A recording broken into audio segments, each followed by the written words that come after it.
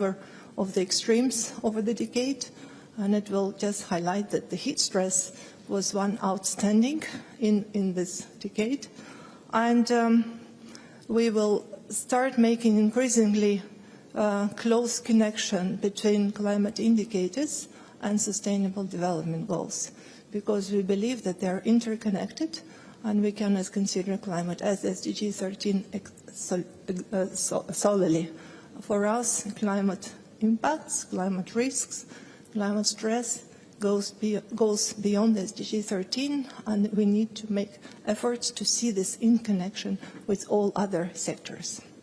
So maybe we can go to the slides then.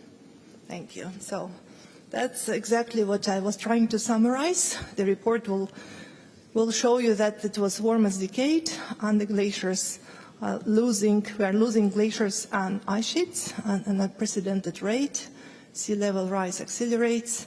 Ocean heat and acidification is also very pronounced and damages marine ecosystems. Extreme weather undermines sustainable development. And we have added here also ozone layer, which is on track to recovery.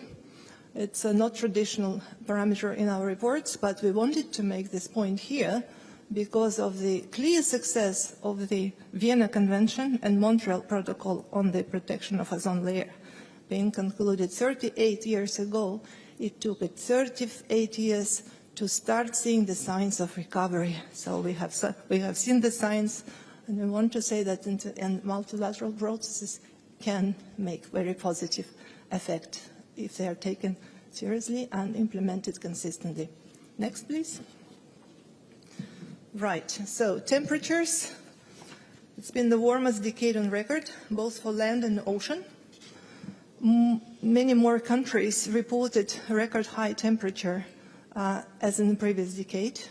We essentially have seen so many signals from the countries and the continuous increased record heat mostly in all the continents. Each decade since 1990 was warmer than the previous one, and we see no sign of slowing down of this trend. This decade, and it was also assessed by the IPCC in the 6th assessment report, this decade global mean surface average mean temperature was 1.1 degrees Celsius, above the reference period 1850-1900. And 6 years of this decade, starting with 2015, have been warmest on record, and this trend continues in the current decade, as you know. And number one warmest champion, in the good and bad sense, was 2016, because it was very strong El Nino phenomenon at that time, but we are expecting that 2023 would beat this record. Next, please.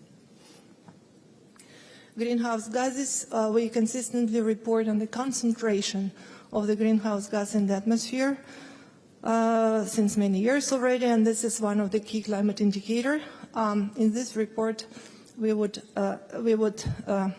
highlight that concentration of the key three major greenhouse gases, carbon dioxide, nitrous oxide, and methane, continue to grow. However, the alarming trend here is that the rate of the growth of methane almost doubled during this decade. The scientists do not have a clear answer to this phenomenon yet. As far as we have it, we will report, but today we are not ready to say why exactly this is happening. There are many hypotheses, but this continues to be the case even now. Next, please. Okay. The ocean, as we know, stores 90% of the accumulated heat in the Earth system, but ocean also absorbs around 25% of CO2. So it's very important to understand the health of the ocean, climate-wise, if you will. Here we would say that ocean warmed at the increasing rate and became more acidic. This poses lots of implications on the ecosystems, definitely, but also on the ocean level, because the warming ocean rises. At any given year in this decade, approximately 60%, majority of the surface of the world ocean, experienced the heat wave, marine heat wave. That's a new term we started using during that decade.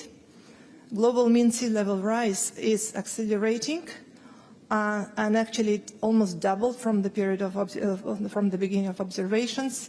In this decade, sea level rose 4.5 millimeters per year, and this largely because of the ocean warming and also land ice mass loss, which was also speeding up. And right, so that's I will okay, the next. Thank you. And this is a big point of concern in this current report. The state of crisis here is very alarming.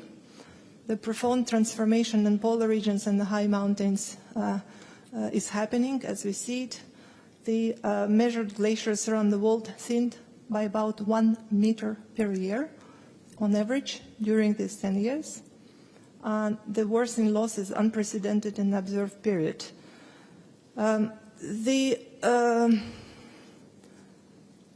Some figures which are shown in the report indicate that out of the reference glaciers we are using for monitoring and detecting these trends, some of those reference glaciers we have already lost, melted away. Others are in rapid decline. For instance, glaciers in Papua, Indonesia will disappear within the next decade. And glaciers in Africa will disappear by 2030 and Kilimanjaro by 2040. That's what the report says. So for us, it's really a big point of concern because the glaciers, mountain glaciers, are the towers, water towers of the world. They supply fresh water to billions of the world population. And their disappearance poses a lot of threat, not on the water resource supply, but not only. It creates a lot of extreme events downstream, breakage of the glacier lakes and landslides which kill the people.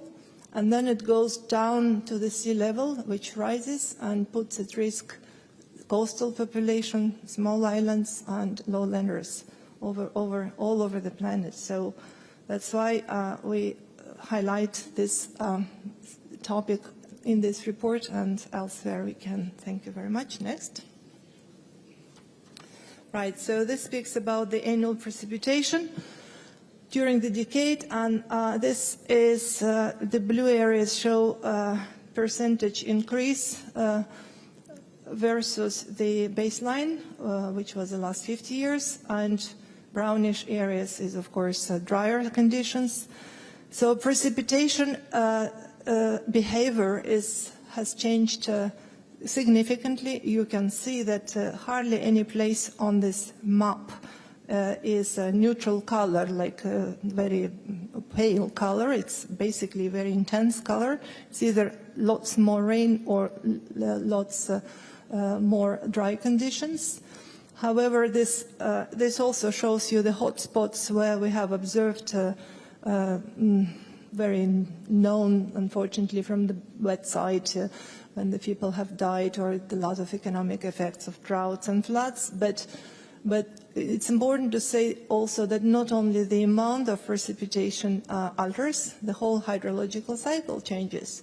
And it's becoming even more essential how intense precipitation become and when they come. So this plot alone shows you a lot of points of concern, if you will, as it relates to precipitation.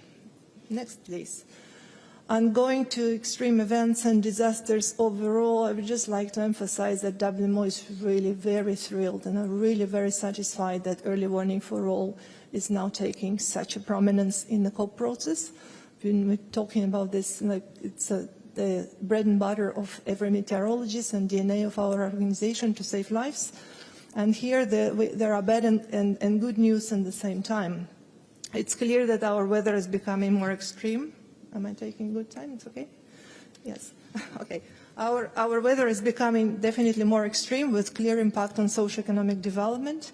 Floods, droughts, heat waves, tropical and extratropical storms, wildfire, they damage infrastructure, destroy agricultural yields, and there's a lot of this described in the report. Important to say that this also has a devastating impact on food security and human mobility. There's lots of disaster-related displacement observed during the decade. Virtually every attribution study carried out in this decade found that the risk of extreme heat is increasing significantly because of anthropogenic climate change. Heat waves were responsible for the highest number of casualties, while tropical cyclones caused the most economic damage. So we have the good news is that this is the first decade since 1950 with no single event where we have lost 10,000 or more lives.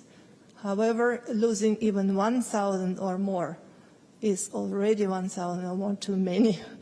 So we have analyzed in this report 13 events with more than 1,000 deaths, and 6 of them were related to heat stress, and then flooding or landslides 4, and then tropical cyclones 3. But the economic loss, especially caused by the wildfires or tropical storms, is tremendous. Next, please. So, as I mentioned,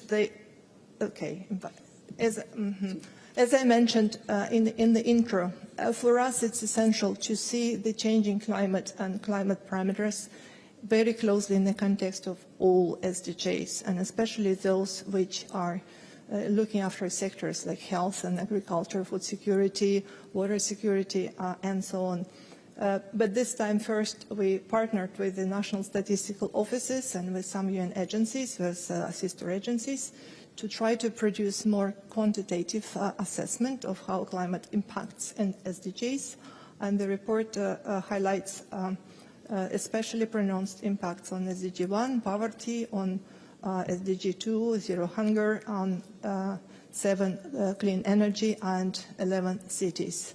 But like I said, for us, the water and other SDGs are similarly important. Next. It's not a finance report, but WMO is becoming more and more enabler of climate finance. For us, the important is not just how much finance flows, but where and how it is used. So we are very pleased that science contribution to finance is heard and recognized and helps. But this decade, the public and private climate finance almost doubled. But it also says that to really reach our objectives, the climate investment need to increase 5-fold annually to avoid the worst impacts of climate change. And I would also add, it also needs to become more effective, more complementary, and more sustainable. So the investment, the results, outcomes of investment would remain for a longer time. Next. Right.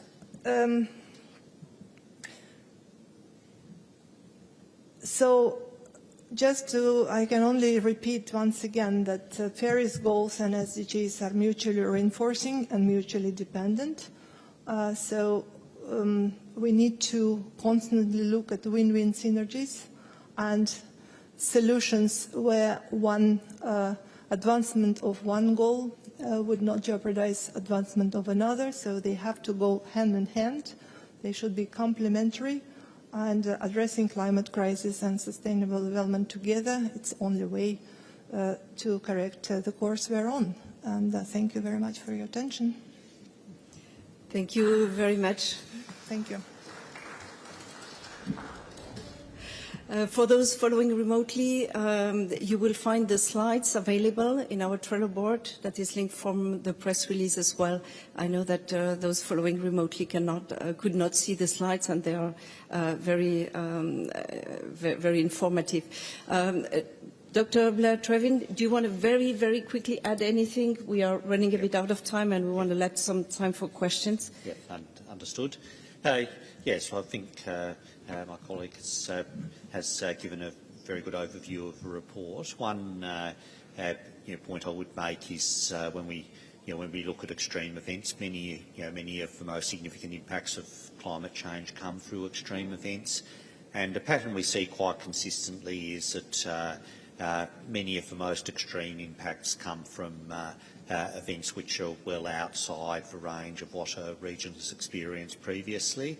And if we just look specifically at heat waves, for example, we're in a phase now where most years, somewhere in the world, we get a heat wave which exceeds previous records by 2, 3, 4 degrees. So, we might look at global mean temperature as increasing at the rate of, perhaps 0.2 to 0.25 degrees per decade.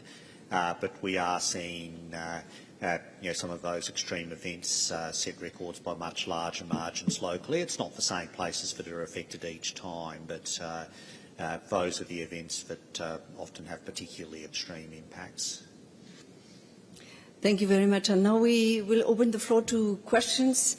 Please stand up, raise your hand, stand up, tell your names. We'll hand over a microphone. Yes, please.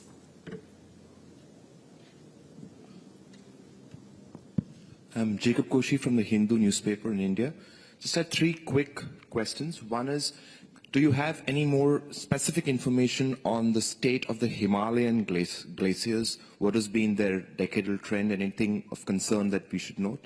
Secondly, you mentioned that the ozone layer is on the track to recovery. Is this the first time in a decadal sense that you are seeing the ozone layer recovering? And finally, is it the first time that the WMO report is mentioning climate finance and commenting on it? Thank you.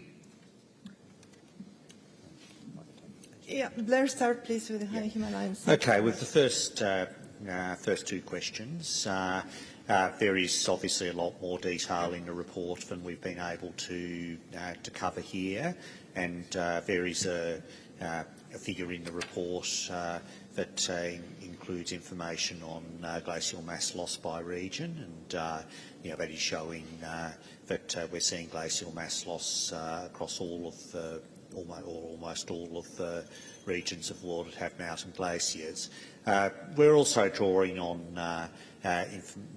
more detailed information again that is provided by many of the key science groups that are working in this space, and in the case of glaciers, we draw very heavily on the work of the World Glacier Monitoring Service, which is based in Switzerland, but have lots of good data going down to the level of individual glaciers.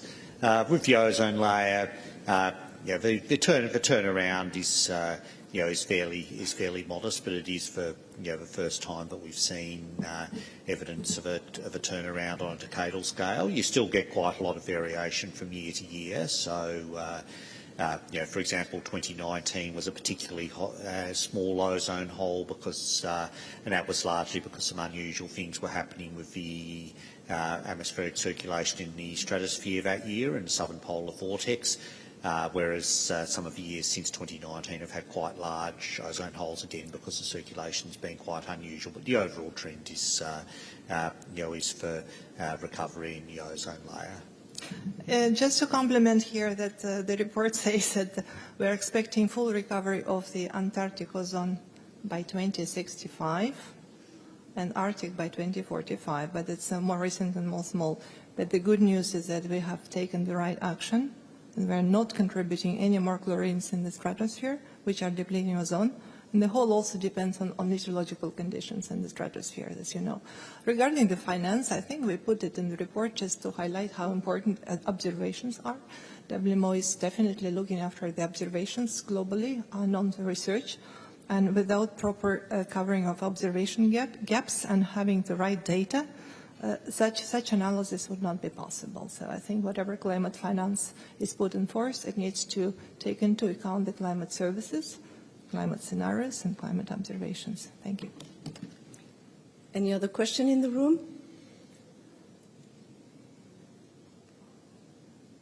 Apparently not. Thank you very much.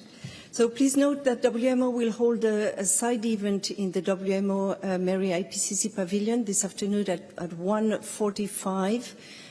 It will be an opportunity also to share with all our experts, including Blair Tarwin will be there as well. So thank you very much. The press conference is coming to an end now. Thank you for attending, and have a good afternoon. Goodbye. Thanks. Thank you.